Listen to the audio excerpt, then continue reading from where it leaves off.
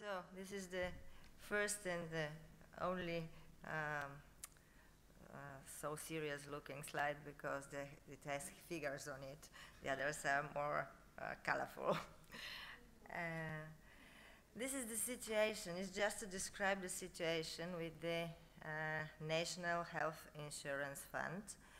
On the graph, you may see three things.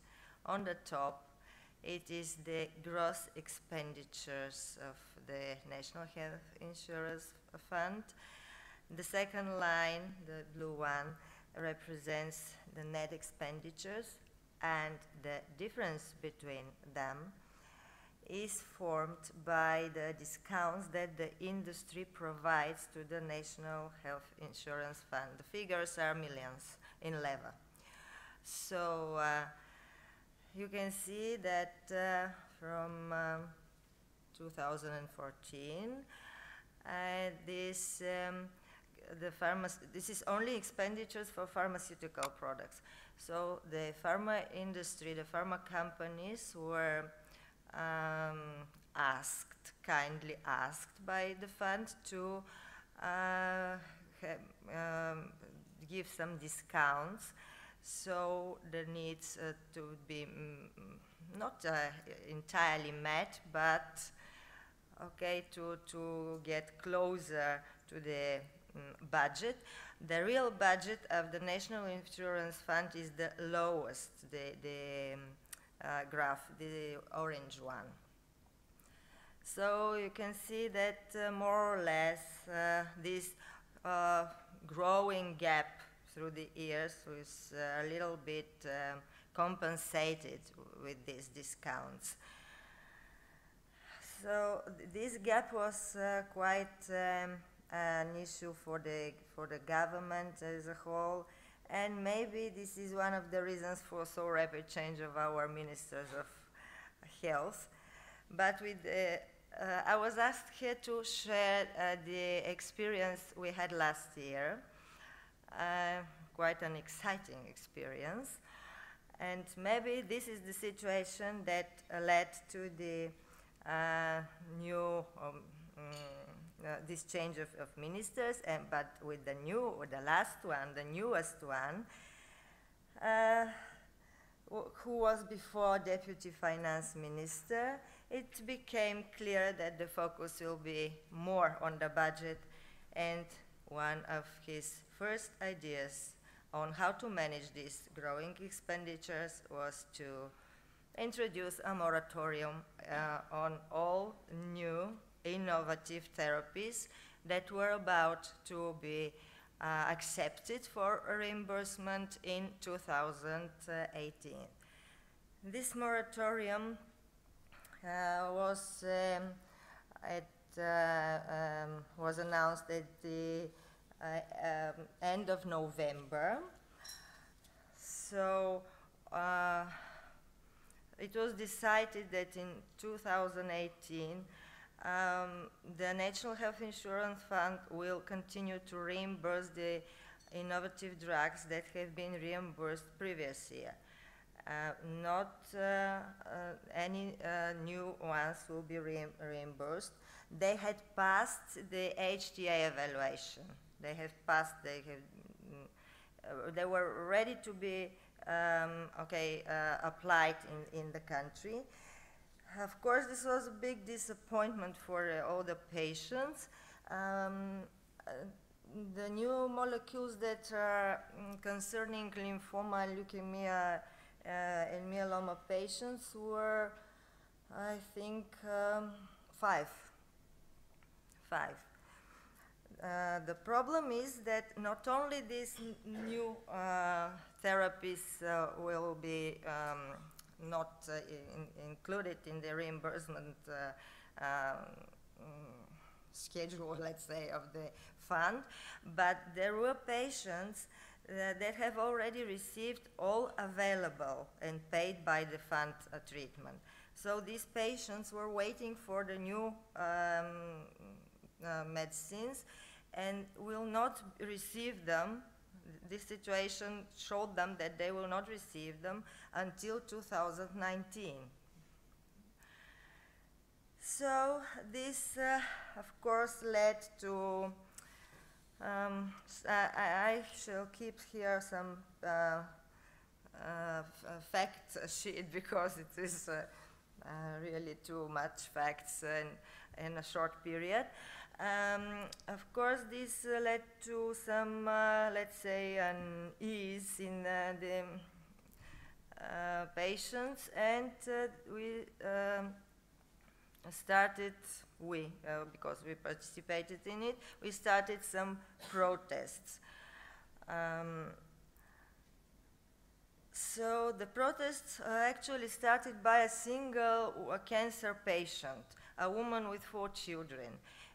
Immediately, many organizations supported her, and after that, a political party which is not in the parliament but has some prospects for political future submitted a request to the president for vetoing the moratorium.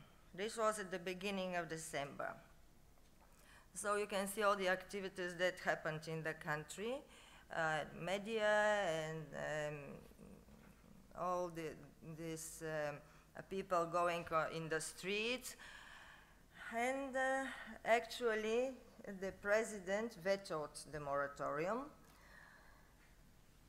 But after that, the parliament again, the parliament overcame the president's veto. So all the arguments they used were, of course, budgetary.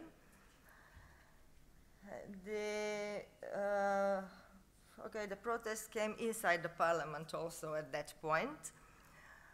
After that, our prime minister was speaking in Brussels and on the moratorium.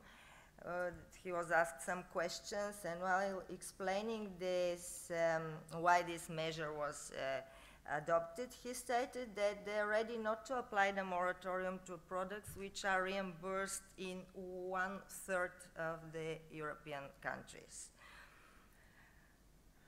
Anyway, it proved that it should be found some way to to cope with this situation. Many discussions and interviews of the health minister and prime minister and explaining why and what should be done, and they said that they presented the idea to create a special commission at the Ministry of Health with its own budget, which to allow treatment with these drugs that are affected by the moratorium on a named patient basis. And the drugs to be paid by the Ministry of Health. Of course, we knew that it will not work. All the media analysts and patient organizations, we picked up on this newly introduced idea and stated that it seemed quite unclear and difficult to work. In the past, we have some experience with such a financing, and we know how it failed. So they we pointed them that they lack even a legal base to buy pharmaceutical products besides vaccine and HIV. And also it sounds more than unrealistic, because to pass 8,060 patients through these commissions. This figure we got from the National Health Insurance Fund itself. So we knew there are many patients that were waiting for these therapies. And it would lead to some very big delays in receiving the therapy. Then the Association of the Research-Based Pharma Companies in the country met with the ministers, and they started asking precise questions. What will be the way it will be done? The answer was, okay, we shall.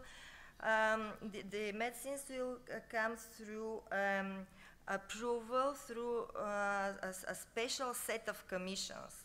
You see, commissions even sounds more time, yeah, for me especially. This commission, next commission, okay, and the end, maybe it will be approved. At these conversations, they were not able to provide any clarification on a number of questions that were put on the table, including what about the cases when the already reimbursed therapies do not work, so that the patients that are treated and had no response to these therapies. So after that, at the middle of December, the opposition party announced that they are ready to submit a proposal to Parliament that the moratorium is dropped, which led immediately to the reaction of the ruling party, and then the same day in the afternoon they said, no, we shall submit this proposal to the Parliament to cancel the moratorium we invented ourselves. So on the 21st of December they cancelled the moratorium, still arguing was it a mistake or not, or as well as was the reaction against it based on some speculative claims. Anyway, the result is the moratorium is over because of the people's, the patients' pressure, and we didn't believe even in the beginning, and we explained this, that the moratorium will last 1 year, because it never does. It is usually prolonged. When we allow this to happen, they find reasons to prolong it in time. And this is not solve problems, it just postpones them. And okay, this is not the very happy end, of course, because they found, okay, there's no moratorium. These drugs will be reimbursed, but some of them are products which are under some prescribing criteria which are issued by this National Health Insurance Fund, and they postponed to give and publish this criteria for June, so half a year, you see, without these therapies. And this is a delay. And it's another thing. They decided that only 5 hospitals in the country will be able to work with these medicines, which is another thing that is for the access, that it limits the access of the patients. So this was the case that I was asked by Natasha to share with you.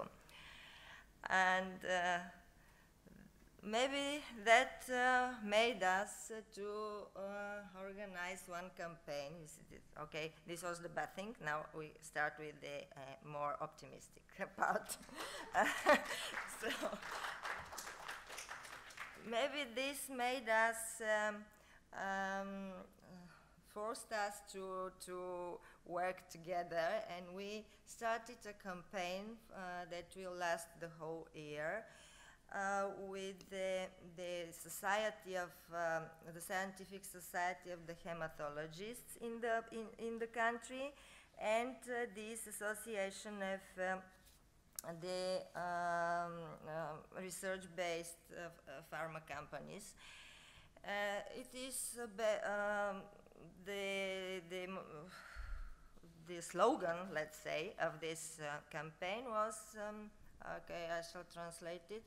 The achievements of hematology from uncurable disease to a new life.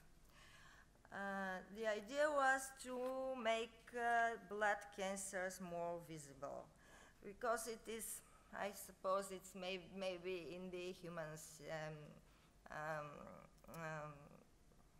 mind, let's say, that, okay, you can imagine better some solid tumor or cancer, and these blood cancers are somewhat the unknown enemy. No one can see or touch them, and people know not enough about this. So we started in the spring with some press conference just to announce what will be the activities of our campaign. And last month we made a seminar for journalists. This is the campaign and the participants.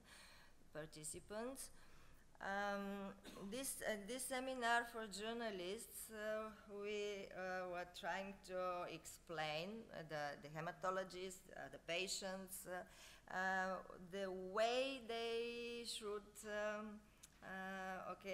write or film or broadcast the problems of the hematology patients, and especially the achievements of the science in this field, to show that these are not incurable diseases, that they have to be considered like something that can be coped with, that should be not only illness but condition, let's say, and people have, it is possible for these people to have a good quality of life. At that time, we proposed the award. So we announced some contest for the journalists who will make a best material on the topic. So they have to finish this at the end of September, and there will be 3 awards. Financial, and I can see by now that they started, because the papers are full of some publications. Many patients call me and say, okay, we were interviewed, the television, radio, whatever. Next thing, what we want to do is some graffitis. Is it called graffitis? Okay. It was a hard negotiation with the municipality of the capital, Sofia, to allow us and to give us a place where we hired 2 artists that will make graffitis on the topic of blood diseases. Okay, this is part of these things that happened. At the end, in the autumn, there should be another a round table and some document that we still are not so clear what will consist of, but the collaboration started, so maybe we shall achieve something.